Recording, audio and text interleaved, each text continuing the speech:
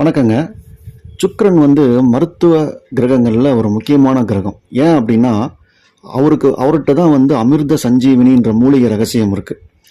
So எப்பேற்பட்ட ஒரு பிரச்சனையா இருந்தாலும் சுக்கிரன் நினைச்சாருன்னா காப்பாத்தி விட்டுருவார். உதாரணத்துக்கு, ஒருவருடைய ஜாதகத்துல சுக்கிரனும் சந்திரனும் சேர்ந்து இருந்தாங்கன்னு வச்சுக்கோங்க. நல்ல நிலையில நல்ல பார்வையில இருந்தாங்கன்னா, உடல் காரகனான சந்திரன் அடிப்படையில் அவருக்கு எவ்வளோ பெரிய நோய் வந்தாலும் கடைசி நேரத்திலேயாவது சுக்கிரன் உங்களை காப்பாற்றி விட்டுருவார்.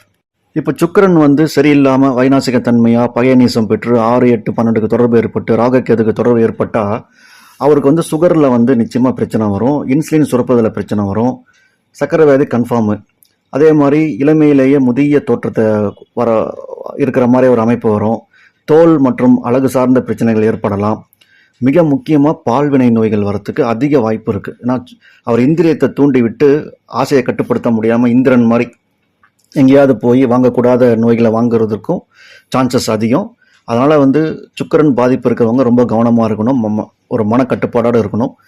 இதை தவிர மிக முக்கியமான ஒரு காரகத்துவம் என்னன்னு கேட்டிங்கன்னா, சுக்கிரன் தான் எண்டோகிரன் சிஸ்டத்துக்கு அதிபதி, நாளமில்லா சுரப்பிகளுக்கு அதிபதி. பிட்யூட்டிலிருந்து ஆரம்பித்து பிராஸ்டேட் வரைக்கும் எல்லா சக்கரத்தையும் கட்டுப்படுத்தக்கூடிய நாளமில்லா சுரப்பிகளுக்கு சுக்கிரன் தான் காரத்துவம் வைக்கிறாரு. எனவே இந்த சுக்கிரனை க்ளோஸாக அனுமானித்து அதற்குண்டான பரிகாரங்களை அன்பர்கள் செய்துக்கணும். நன்றிங்க.